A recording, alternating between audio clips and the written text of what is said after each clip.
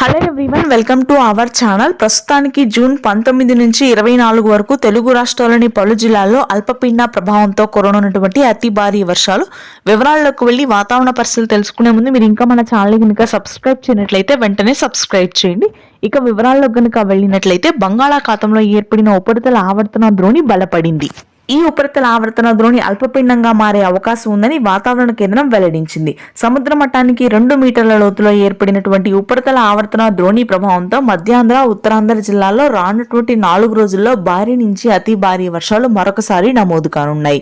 ముఖ్యంగా ఉత్తర కోస్తా సముద్ర తీరానికి దగ్గరగా ఉన్న భాగాల్లో భారీ వర్షాలు ఉంటాయి. శ్రీకాకుళం, విజయనగరం, విశాఖపట్నం ప్రాంతాల్లో తేలికపాటి వర్షాలు, గుంటూరు, కృష్ణా, కోనసీమ భాగాల్లో మోస్తరు నుంచి భారీ వర్షపాతం ఉంటుంది. ఆ తర్వాత ఉత్తర తెలంగాణలోని నిజామాబాద్, ఆదిలాబాద్, ఆసిఫాబాద్, ఖమ్మం, భద్రాద్రి, కొత్తగూడెం, సిరిసిల్ల ప్రాంతాల వరకు కూడా తేలికపాటి వర్షాలు నమోదవుతాయి. ఇక ఆ తర్వాత మధ్య తెలంగాణ, రాయలసీమ వ్యాప్తంగా ఉష్ణోగ్రతలు పెరుగుతాయి. దక్షిణ కోస్తా జిల్లాల్లో కూడా ఎటువంటి వర్షాలు నమోదయ్యే అవకాశాలు లేవు. దాదాపుగా అన్ని జిల్లాల్లోనూ పొడి వాతావరణం ఉంటుంది.